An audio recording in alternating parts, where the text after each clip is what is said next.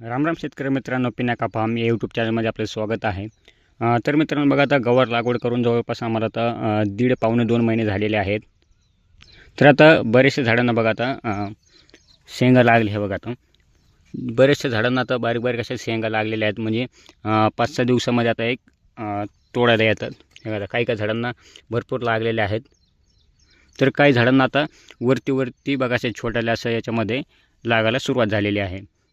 तर सगळ्या झाडांना आता बारीक बारीक वाद्या जवळपास लागलेल्या आहेत. आणि तुरळक ठिकाणी काही ठिकाणी बघा आता प्रत्येकाला नाही, थोड्याफार काही ठिकाणी याला 1-2 ठिकाणी असा मावा दिसला होता. त्यामुळे आपण लगेच याच्यामध्ये एक फवारणीचा स्प्रे मारून घेणार आहे, जेणेकरून जास्त प्रादुर्भाव होऊ नये. त्यामुळे आपल्याला लवकरच याच्यामध्ये लगेच फवारणी मारून घ्यायची आहे. तर तीच माहिती आपण आजच्या व्हिडिओमध्ये बघूयात. तर कोणती फवारणी मारणार आहेत, त्याचा काय उपयोग होईल ते आजच्या व्हिडिओमध्ये बघूयात.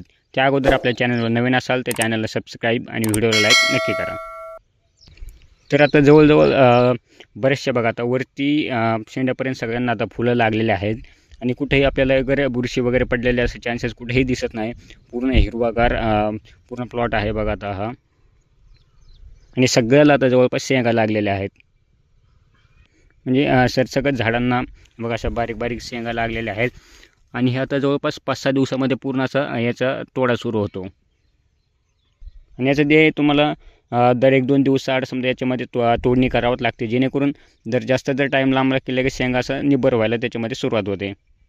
त्यामुळे दर दिवसाआड किंवा 1-2 दिवसाआड तुम्हाला त्याच्यामध्ये तोडणी करणं खूप गरजेचं आहे. तर याच्यामध्ये आपल्याला थ्रिप्सचा तर नाही, पण बारीक छोटे मोठे किडे वगैरे आहेत, त्यासाठी आपण एक औषध घेतलेलं आहे. त्यामध्ये बघा बेस्ट ॲग्रोलाईफचं आपण हे रॉनपेन घेतलेलं आहे.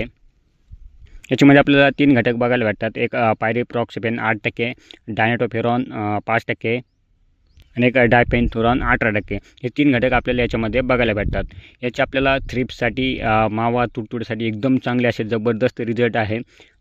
भरपूर वापरलेला आहे आम्ही बाकी पिकासाठी, मिरची, राजमा वगैरे असं भरपूर पिकासाठी आम्ही याच्यामध्ये वापरलेलं आहे. खूप चांगले असे याच्यामध्ये आपल्याला रिझल्ट बघायला भेटतात. आणि याचे एक आपल्याला सरकीमध्ये खूप चांगले रिझल्ट आहेत थ्रिप्ससाठी, मावासाठी. तर आपण सरकीसाठी याची ज्या गोष्टी जिथंही समजा तुम्हाला मावा थ्रिप्ससाठी यूज करायचा आहे तिथं रॉनफेन वापरू शकता. चांगल्या प्रकारे रिझल्ट आहेत. तर आपल्याला प्रतिपंप 30 ml वापरायचं आहे.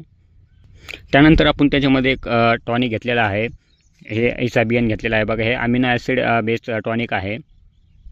हे आपल्याला फुलधारणेच्या अवस्थेमध्ये वापरायचं आहे, जेणेकरून जास्तीत जास्त फुलधारणा होते. आणि झाडांची इम्युनिटी वाढण्यासाठी खूप चांगल्या प्रकारे मदत करतं, जेणेकरून झाड स्ट्रेसमध्ये राहत नाही, फुलगळ वगैरे होत नाही. आणि झाडामध्ये कलर येण्यासाठी याचा खूप जास्त त्याच्यामध्ये एक महत्त्व आहे. टॉनिक मग तुम्ही कशालाही वापरू शकता. फुल अवस्थेमध्ये सोयाबीन असो, कापूस असो, कोणत्या पिकाला तुम्ही त्याच्यामध्ये वापर करू शकता. तर याचा डोस सध्या आपण 40 ml ठेवायचा आहे प्रतिपंप. असं आपण या दोन्हीच्या कॉम्बिनेशननुसार याच्यामध्ये पहिलं स्प्रे घेणार आहे. आता सगळेजण म्हणतात गवारीला जे हे बुरशीचा प्रादुर्भाव होत असतो, पण आपण प्लॉटमध्ये बघा आता कुठेही बुरशीचा वगैरे काही प्रादुर्भाव दिसून येत नाही. त्यामुळे आपण याच्यामध्ये बुरशीनाशक घेतलेलं नाही. आणि बुरशीनाशक आपण सेकंड स्प्रेमध्ये घेणार आहे, जेणेकरून जेव्हा आपल्याला शेंगा लागायला सुरुवात होते तेव्हा शेंग काळी पडण्यासाठी म्हणजे काळी पडत असते, त्यासाठी आपल्याला त्यामध्ये एक चांगलं बुरशीनाशक घेणं खूप गरजेचं आहे. आता हे बघा, अजून याच्यामध्ये पहिलाही तोडा झाला नाही. शेंगा अशा खूप साऱ्या लागलेल्या आहेत. जेव्हा 2-3 तोडे होते त्यानंतर शेंगा काळ्या पडण्यास सुरुवात होते, म्हणजे काळी बुरशीचा अटॅक त्याच्यावरती होत असतो. तर तेव्हा आपल्याला त्याच्यामध्ये एक चांगलं बुरशीनाशक वापरणं खूप गरजेचं आहे.